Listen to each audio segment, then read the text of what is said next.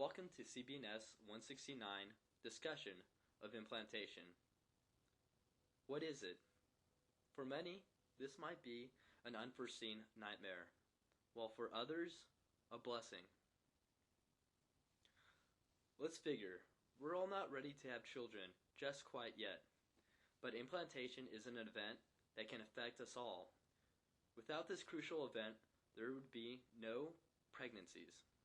That means no me or you. Right now, at this stage of our lives, having a child is last on our priorities.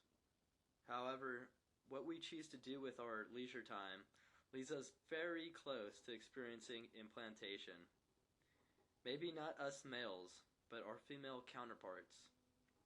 Now let's step forward and discuss the biological aspects of implantation. First, implantation occurs in the uterus. Here we can see a visual of the uterus, along with the endometrial lining. The smooth muscle tissue helps implantation to occur, and helps motile sperm enter its way past the uterus. The sperm continues its journey through the fallopian tube, where it meets the oocyte near the ovary.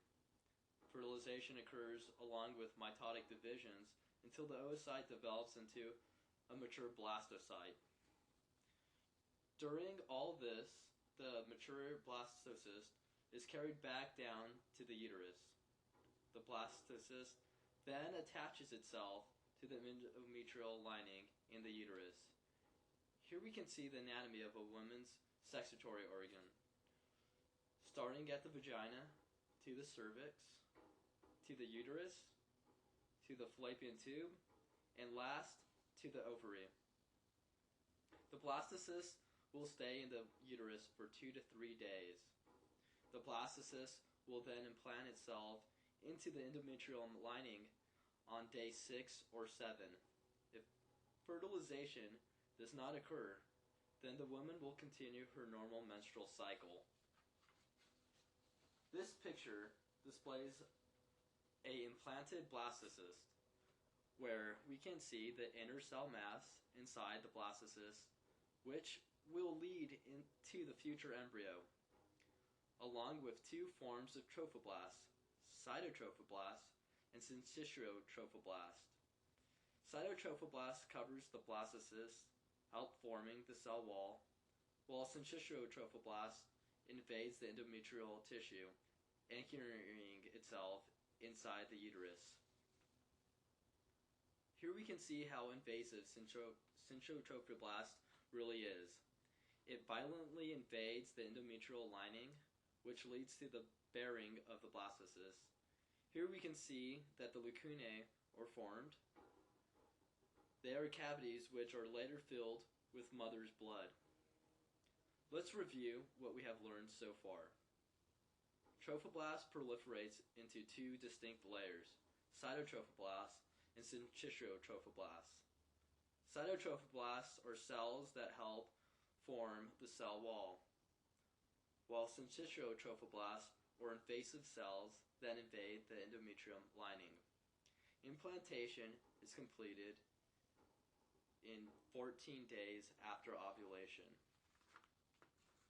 HCG from the placenta chorion signals the hypothalamus, the pituitary, and the corpus luteum that implantation has occurred.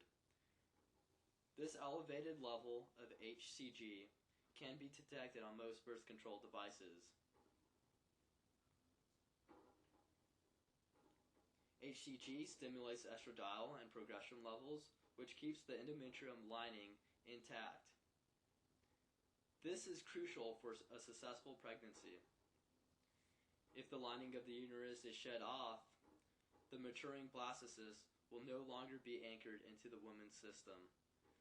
This will result in a miscarriage. This is most commonly seen when estradiol and progression levels drop. This happens either when the corpus luteum degenerates before the placenta is formed, or not enough HCG is produced. If all is successful, Endometrial epithelium grows around the implanted blastocyst, and the chorion develops from the trophoblast after implantation has occurred. At day 7, we can see the bilayered embryonic disc composed by the epiblast and hypoblast, the amniotic cavity, the cytotrophoblast, and the proliferating syntrophblast. At day 12, the yolk sac is formed.